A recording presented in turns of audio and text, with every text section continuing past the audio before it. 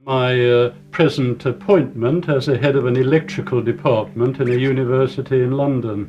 For the first half of my Profesor Arthur Allison adalah Kepala Departemen Teknik Listrik dan Elektronik di Universitas London.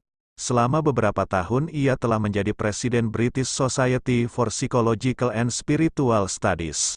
Dalam perjalanan studinya tentang agama, ia berkenalan dengan Islam.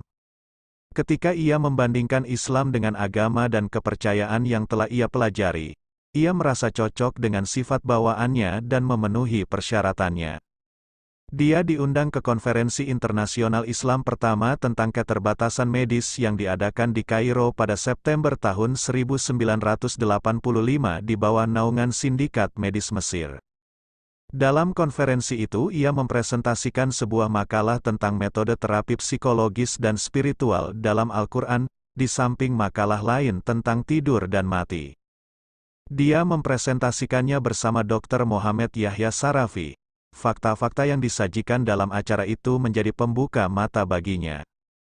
Pada sesi penutup konferensi, dihadiri oleh Syed Al-Haq, Menteri Auqaf Mesir, Dr. Mohamed Ahmadi dan Dr. Mohamed Yahya Sarafi.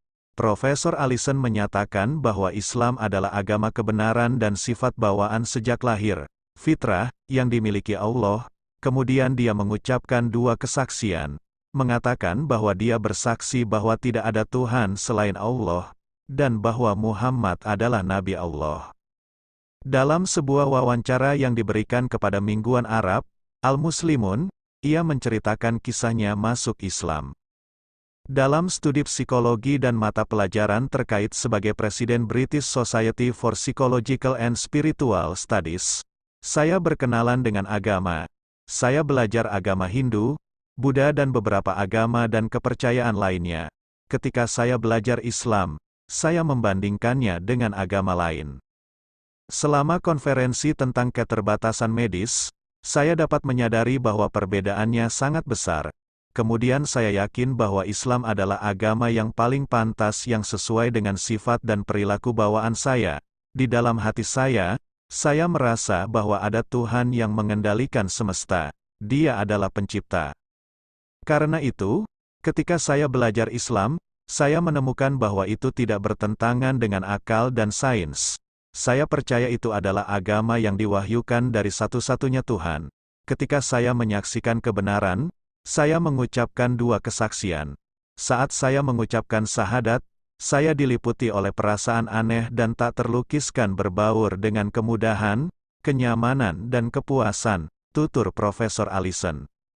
Dia melanjutkan dengan mengatakan bahwa dunia material sekarang berada pada tahap kritis. Apa yang mereka katakan dan lihat, tidak menjelaskan fakta dengan tepat. Disinilah letak tanggung jawab umat Islam yang dapat memenuhi kemanusiaan yang bertanya-tanya dan bingung.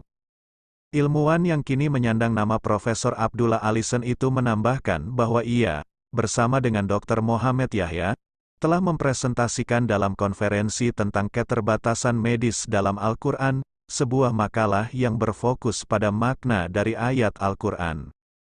Adalah Allah yang mengambil jiwa-jiwa pada saat kematian mereka, dan mereka yang mati tidak selama tidur mereka.